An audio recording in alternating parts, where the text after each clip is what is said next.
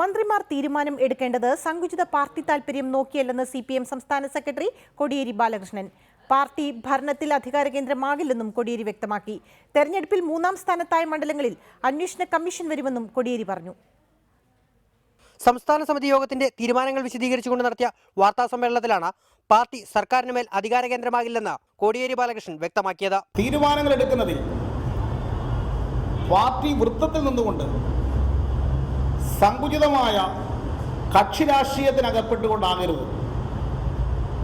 നമ്മൾ എടുക്കുന്ന തീരുമാനം. മന്ത്രിമാർക്കുള്ള പെരുമാറ്റച്ചട്ടത്തിന് സംസ്ഥാന സമിതി അംഗീകാരം നൽകിയിട്ടുണ്ട്.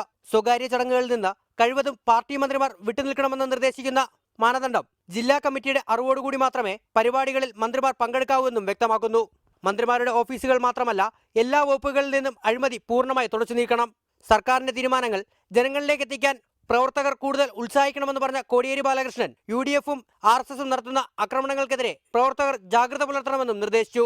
അതേസമയം വട്ടിയൂർക്കാവ്, പൂഞ്ഞാർ, പാലക്കാട് എന്നിവിടങ്ങളിൽ ഇടതുമുന്നണി സ്ഥാനാർത്ഥി മൂന്നാമതായതിനെക്കുറിച്ച് സംസ്ഥാന നേതൃത്വം നേരിട്ട് പരിശോധിക്കും. മറ്റിടങ്ങളിൽ ജില്ലാതലത്തിലാകും പരിശോധനയെന്നും കോടിയേരി ബാലകൃഷ്ണൻ വ്യക്തമാക്കി.